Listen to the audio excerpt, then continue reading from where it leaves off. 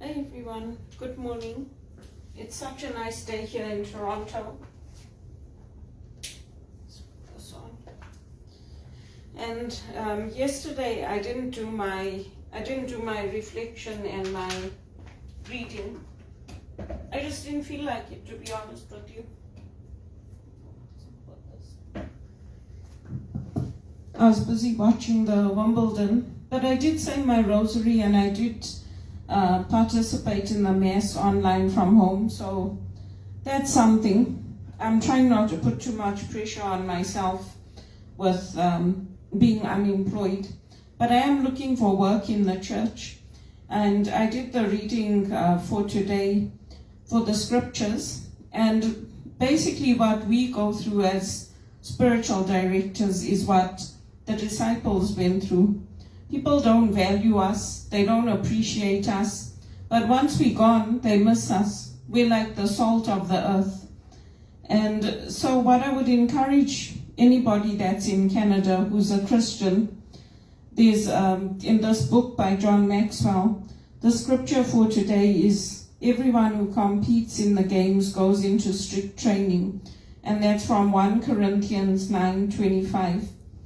So in Canada and America, people are always looking for a quick fix. They're not interested in what's going to happen in the long term. So all the problems that we have here are now going to Africa, because what they did when the Great Depression hit in America, they started mass producing foods. So they have battery-fed chickens. They're not real chickens, but it tastes like chickens. They stuff maize into the belly of the cows and then they force feed them. And when they're fat enough, then they cull them. So the food is not natural. That's why when you go into the stores, you have to look for grass-fed cows or grass-fed animals. Because if you're not looking for that, you're basically eating junk. That's what you're eating. And so now they're complaining in South Africa that, children are getting the diseases that adults get. Well, if all our food is processed, and if they're starting to adopt the same practices that America has and Canada has, then yes, you're going to have obesity.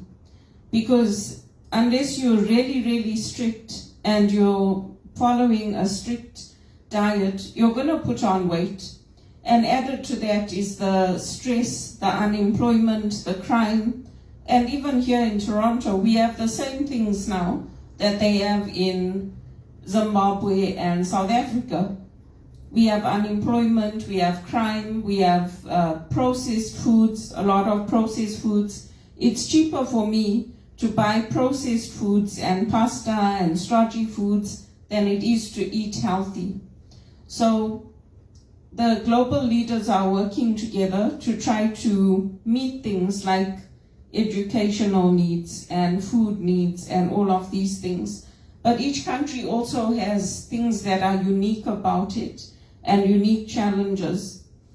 And we face the same things that South Africa is going through now in Zimbabwe. We never had to lock our doors. Even in Canada, we never had to lock our doors. You could sleep with your doors open. You were encouraged to show people how well you've done, wear your jewelry, show people, because then people have something to aim towards.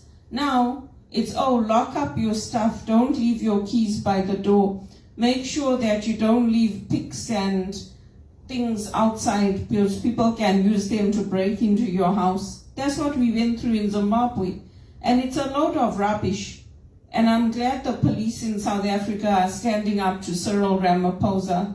And even here, the police are starting to stand up to it, because it's not fair to us. It's not fair to the public to have to live in fear, to have to, you can't even trust your neighbors.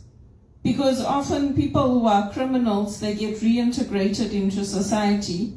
And then you don't know who your neighbor is. You don't know their history. So, it's a brave new world, like they say. But for us who are in religious formation, or those of us who have graduated as spiritual directors, it's a rough world, because we We don't get the support we need. We don't get religious accommodation. Even if you take a doctor's note, like I did to Teleperformance, they just say, oh, well, the client's not going to accommodate you. So basically the law is meaningless in Canada. It's meaningless because they don't accommodate you.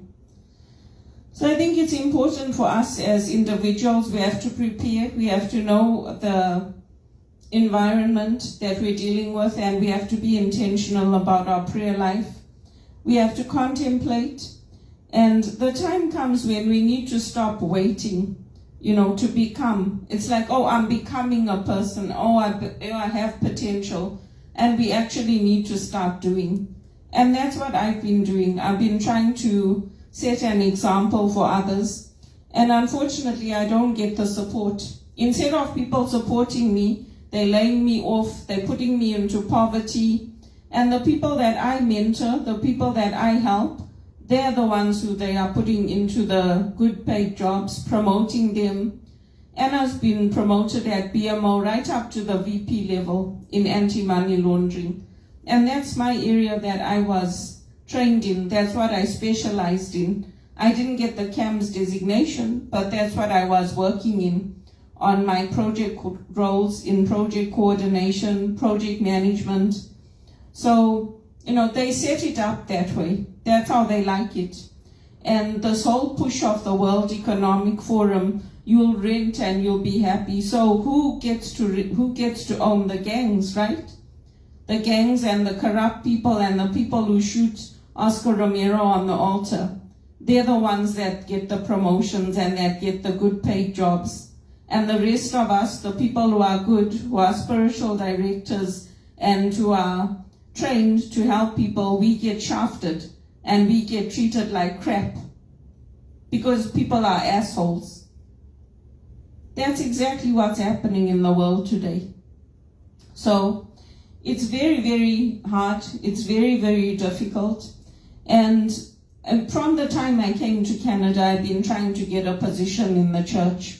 And I used to write to Damien Howard. You can ask him how many emails I sent to him saying that I want to come back to England, I want to be closer to you, and I want to be close to my brother and his family and my cousin in England. Ask him how many emails I sent him over the years. And I invited him many, many times. So I've done my share. And we are like salt of the earth. God has chosen us. When we're not there, people miss us. But by then it's too late. It's too late because we're already moving on like Jesus to that next opportunity, looking for that next break, looking for that next place where we will be welcomed. And even in people's homes, if people treat us with disrespect, if people badmouth us, if people tell us, oh, we'd rather look for my son's daughter to have an opportunity over you first, we don't say anything. We just shake the dust off our feet and we leave.